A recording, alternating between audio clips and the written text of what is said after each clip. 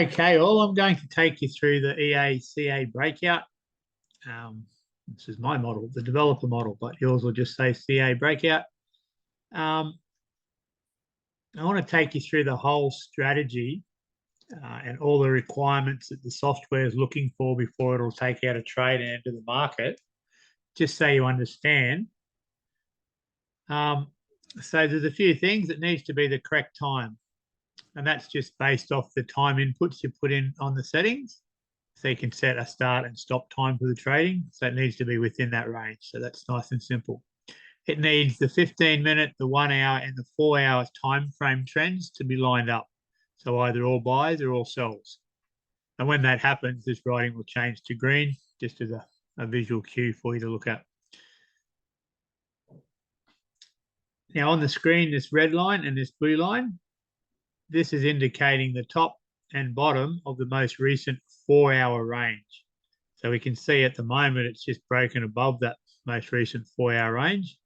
On the next candle, which we'll probably see here in a second, this red line will move up to here, and a new 5-minute range will be formed.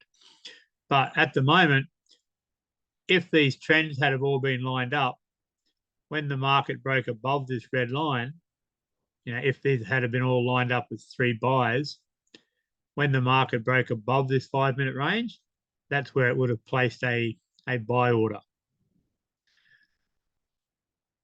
But it didn't because the trends aren't lined up. All right, so here we go. We saw that the 5-minute range is now changed. It's gone up to this peak here. Now that at the moment is the features that most people are using with CA Breakout at the moment. This next feature I'm showing you is the newest update that nobody has access to yet, but is available now, so I can send that out to everybody. And that's, if I just go up to the 4 hour range, so we can see the top and bottom of our 5-minute range. It's now also calculating the top and bottom of the 4 hour range. And how it's using that information is it's simply only going to be trading between these ranges. So if the market gets too close to the bottom of the 4 hour range, it's going to stop taking out sell orders, simply because that forms pretty strong support, and there's a good chance that the market could turn around and start to trend upwards about here. So that helps us avoid getting caught in sell orders when the trend changes and starts going up. So this will greatly reduce the number of times that you get into larger drawdown. And likewise, when the market gets close to the top of the 4 hour range, it'll no longer be able to take out buy orders. Everything else is still the same. I'll jump onto the back tester and share some settings with you here now, and go through the settings and how you can play with them to use the software most effectively. Alrighty, here we are, and we're just looking at all the settings that CA Breakout has, and I'm going to go through them with you. First of all, I want to go through these override settings. So you can override the trends. So if the trends aren't lined up, you can jump in here and type in buy, and that'll be the same as making the trends all buys. So now it'll still require the other, it'll still require the breakouts in the 4 hour range, but now you don't need the trends to be lined up, and it can, it's essentially making it so the software thinks all of the trends are buy trends. So you can override that. Generally overriding these isn't something that everyone's going to want to do. It's just something for people that have some trading experience. If they want to have a bit more of a manual input, this is how they can do that. Now, override initial trade breakout. So if there's no trades open on the chart, it requires a breakout on the 5-minute trend to take out a trade. If you want to override that so that is no longer a requirement, you can just change that to true. And and then override cost average trade breakouts. So if everything's set to false, then there's an initial breakout required for the first initial trade on each pair. And then every other trade, all the cost averaging trades that it places, will also require a breakout on the 5-minute range. So you can also override that one by putting it to true, and override the 4-hour range limiter. That's the 4-hour range I was talking about, and how it prevents sells if you're too close to the bottom and buys if you're too close to the top. You can also override that one. So now none of those are a requirement for the software to trade. And if you have these three set to true, so you're overriding all the breakout requirements and the 4-hour range limiter, now this software will work exactly as the original, the older cost averager software worked. Okay, so CA Breakout is just the next evolution of cost averager, and it works exactly the same, except it has these breakout requirements and the 4-hour limiter. So if you override all of these, now this software is just working exactly as cost averager did. Now, some people still prefer cost averager, mainly because it takes out a lot more trades and it can close them out quicker. But I can tell you that cost averager will get into bigger drawdown more often than this CA Breakout software will. But sometimes the issue is you don't get very many trades with CA Breakout, and sometimes you don't like that. You want to get some trades going on. So now you have the option to override one, some, or all of these requirements, and that can allow the software to trade more frequently and exactly as cost averager used to. If you haven't used cost averager yourself, then there's plenty of videos in that playlist to take you through settings we used to use and how it used to work and all of that. And so now it is just working exactly as it did then. I'll just put these back to false for the moment. Now, there is one other new feature now that has never been part of cost averager or CA Breakout before, and that is the stop loss. Set it to 0 and it doesn't place a stop loss. And the software has never had a stop loss feature before, simply because it continually keeps track of the floating profit or loss of the trades on that pair, and closes out when it hits your max loss setting, and all of that. Or if you're using the trailing stop loss features, then when it hits them, it closes out. So there's no real need, or there definitely hasn't been before, any real need for an actual stop loss.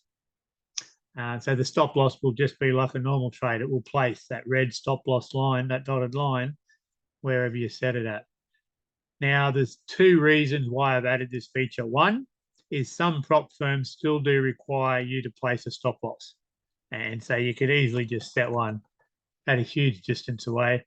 And now you've got a stop loss, and you're ticking that box for the prop firms. The other reason is now that CA Breakout can actually take a much bigger profit than cost averager ever did. And like cost averager used to open up 3, 4, 5 trades at once, not at once, but on the one chart, open at any one time, quite often. Whereas CA Breakout, because it's picking a much more accurate entry point into the market, most of the time it'll just open up one trade, which will go straight into profit. And the actual cost averaging feature isn't being used as much now because the entry is much more accurate. It still will cost average into position though, but not as much. So on most of the back testing I've done, the vast majority of times it's just one trade that goes straight into profit. Several times 2 trades will open. So you get that one cost averaging trade. So you've got 2 open at once before they go into profit. And occasionally there will be 3 trades open, but not very often. But so this allows a different sort of a strategy, which totally gets away from the cost average theory, and simply that you could, and this isn't something I've done a lot of back testing on yet, but if you wanted to just set the maximum number of trades to 1 and put a stop loss in at a distance that suits, don't take this as gospel, I'm just putting something in. Now, it's no longer a cost averaging software because it can only ever open up 1 trade, and that'll either go into profit and make money, or it'll come back and hit your stop loss and you'll take that loss. So now it's not a cost averaging software, meaning it can never get into bigger drawdown. So it can only ever get into 200 points of drawdown. Only ever 1 trade open once, which is going to close if you get into 200 points, 20 pips of drawdown, and close it out. So, and with the little bit of back testing I've done, this is extremely, but it works well on some pairs, but not on other pairs. So it'll open up 1 trade, and because the entry is pretty accurate now, you'll just take profit on it, or it'll come back and hit your stop loss. So this is a strategy that will suit a lot of people. It will, also be a great strategy for prop firms because you can never get into bigger drawdown. You can still limit drawdown the other way as well, just by having a smaller maximum loss. But you also need to have a smaller lot size and all of that. So, but on some pairs, you'll find that using a strategy like this, so there's only ever 1 trade open, and it'll either take profit or take loss and then look for another trade. You only ever have 1 open on each pair at any one time, is a good strategy. But we'll play with that more. But that's how that works, and I'm just going through what is possible now with CA Breakout. The way it is now, I either have my max trade set at 3 or 4. With the original version of Cost Averager, and if you have all these overrides to true, then I used to run with a maximum of 6 trades most of the time. So you can just see just by those settings how many more trades are required for each of those different strategies. So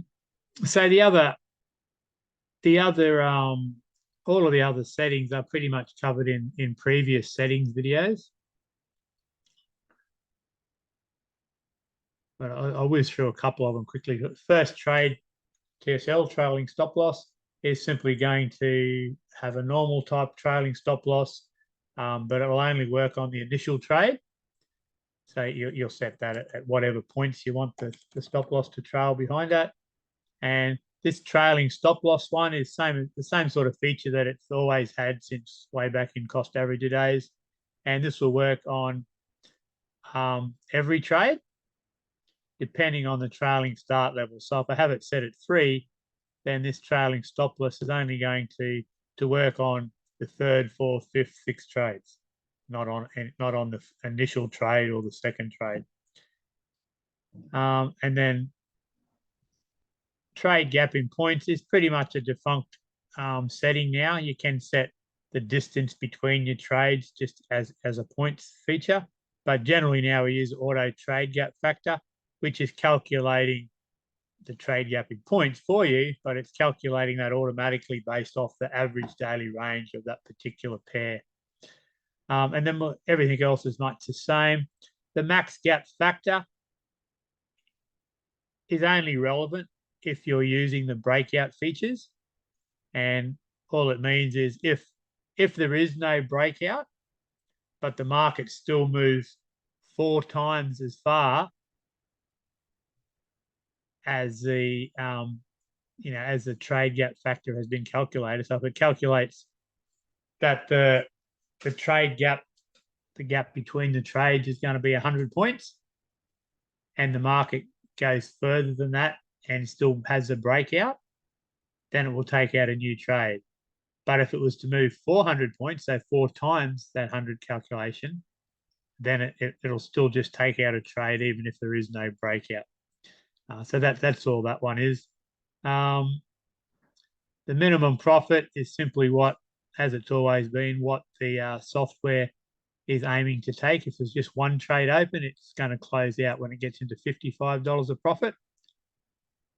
And then the minimum profit multiplier simply means if there's two trades open, now it's going to try and make a combined profit of $110 for the two trades. Now, on the cost average of software, I used to mostly just use a 1.2 multiplier, but now with the CA Breakout, quite often I'm using 2. And then the max profit simply means that, so how these two would work. One trade would be aiming for $55 of profit. 2 trades, it would be aiming for $110 of profit. 3 trades, it would be aiming for $220 of profit, but only if it doesn't go above this figure. So 3 trades in this case would still only be aiming for $150 of profit. Max loss, that's just a setting you put, like an equity protection setting, and that's based off each specific pair. So if this particular pair went into more drawdown than 500, then it would close them out and you would take that loss. Input volumes, just your lot size that you want to start out at, and then you can increase that lot size on each subsequent cost average trade by that factor. And everything else has pretty much been covered in the other settings videos. These are the time settings. And this is all based off market watch time, so it doesn't matter where you live really. And so in this case, it's going to start 1 hour and 0 minutes after market opens. Alrighty, and it's going to stop looking for initial trades at 7 hours and 0 minutes after market open. So if it's after 7 hours and 0 minutes, then it won't take out any more initial trades, but it can still take out those extra cost averaging trades and closing it. Once it closes that group of trades out, then it won't be able to open up an initial trade until the next day when the time comes in. And just as a quick note, if you wanted to start this at, have the trade hour finish at 7 hours and let's just say 6 minutes, you would just put in 6. So now if it was 7 hours and 6 minutes after market open, it would stop looking for initial trades. And just letting you know, you can't put in 06. It doesn't let you put in 06 anyway. It's just been a confusion point for a few people. You put in 6. If you want it to be 10 minutes after market, 7 hours and 10 minutes, you can put in 10, but you can't put a 0 first. So if you want 1 through to 9, you've just got to put in a single digit, no 0 in front. You can adjust the number of days it's working the average daily range out on. By default, it's 20, and that's mostly what I use. We've got a close all feature, which just works the same as these time parameters. But what it's going to mean is if I've got it finishing trading at 7 hours and 0 minutes, and then I might go, if it gets to 10 hours after market open, I just want you to close all my trades now. That way, you'll either take whatever profit or loss they're in at that time. And that could be useful for a number of reasons. One may be that there may be a red folder event at 10 hours and 15 minutes or something, and you want to make sure all those trades are closed before that red folder event. So you could put that figure in there to make that occur. You can set the maximum number of pairs that it can trade at any one time. So generally how we use this software is we have it on 10, dozen, 15, 20 pairs if you want, whatever, as many pairs as you like, so that it's got a much bigger pool to choose from, but it will only ever trade on 4 pairs maximum at once. The correlated pair settings, and these will already be filled in on the templates, is, if I was trading pound, if this pair I was trading now was pound yen, I would type in all the other pairs that are closely correlated to that one so that it wouldn't trade them both at once. So for example, I would put, if I was trading pound yen, I would put in US yen, and then you put a comma. So JPY. Then you put a comma in the next one, which might be Euro JPY. JPY. And so any of the pairs that you feel are closely correlated, and I generally just, if this is a yen pair, I'll put in all the other yen pairs I'm trading. If this was pound yen I was trading, I would also put in all the other pound pairs that I was trading. And that simply means that if there's a trade open on US yen already, it won't open up one on pound yen. But also no more than 4 separate pairs at any one time. Now that's a feature that I'm not using a lot at the moment, just because I'm still in the experimental phase of this newest version of CA Breakout. So the safest way to trade would definitely be to put in all the optimal correlated pairs, because you don't want to end up with, say, 4 pairs trading that are all yen pairs, because then if yen was to go against you, you would probably lose money on all 4 pairs. That's the reason for the correlation filter. But because CA Breakout now doesn't take out very many trades, it just won't necessarily, even if you don't have the correlation filter on, there's a much less chance that it would trade 4 yen pairs anyway. So it's not as necessary as it was. 100% a necessary feature if you're overriding all those settings up above and using the software as it was as cost averager, then this is very necessary. Close to 4-hour settings. So this is just that 4-hour range limiter I was talking about, how it stops it doing sells if it's close to the bottom or stops buys if it's close to the top. You can set how close to the top or bottom you want it to be. So at the moment, I've got it set 100 points.